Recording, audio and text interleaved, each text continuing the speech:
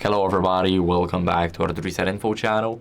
In today's video, I will show you how to easily rename your JBL Tuner free in the JBL app.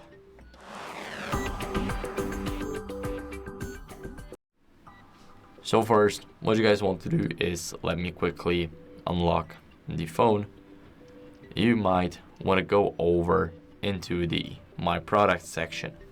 Now select the JBL Tuner free and scroll all the way down until you see product information. Here, click on rename my product and we can rename it to JBL, let's say 3, 4, 5, 6, 7.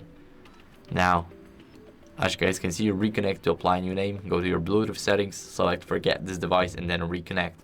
So let me click close. And now after we reconnect, we will be able to see the new name, but as of right now it's still JBL Tuner free.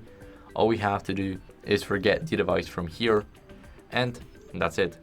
So I hope this video was helpful. If it was, then leave a like, subscription and a comment, and I'll see you in the next one. Bye.